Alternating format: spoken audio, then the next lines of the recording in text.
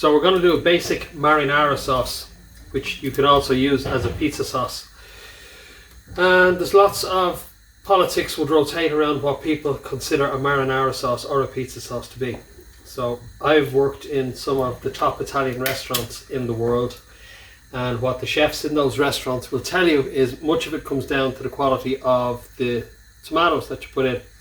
And in an ideal world, we put in San Marzano tomatoes, and these are muti tomatoes. They're pretty good, and ultimately the flavour of these I find good enough for anything that I'm doing with tomato at home.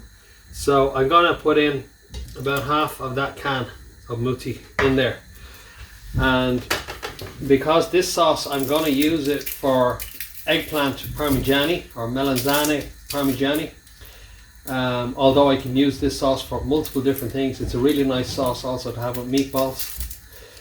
I would normally put in a little bit more garlic than I have now, but as it is now, I only have one little piece of solo garlic left. I didn't get any more, but that's enough, and I don't want my eggplant overwhelmed with the flavour of garlic.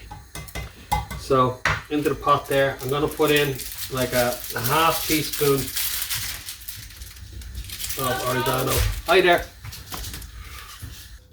Okay, sorry, interrupted a little bit there. So we have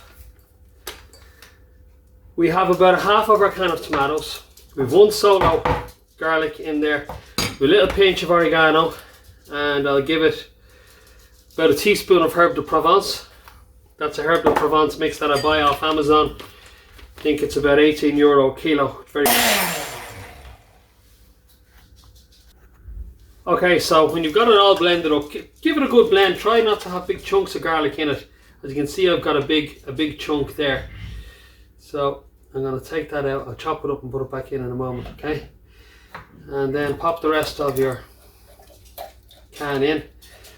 The reason you don't blend the whole can is you want to have some texture left in your tomato, because you want the effect of having chopped tomatoes and not passata or passed tomato, like a tomato puree. Now put in half spoon of salt and pepper, and a little pinch of cracked black pepper in there. I'm a little bit generous on that. And that's a marinara, and you can use that for top of pizza.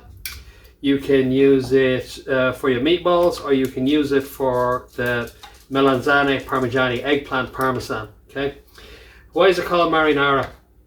So when people think marinara, they think, oh, does it have fish in it? Does it have oyster sauce in it? Does it have, what's the connection with the marine? So it's called marinara, meaning in the style of a fisherman. So if a fisherman was going to cook his fish, presumably he'd do it marinara style. That's the reason.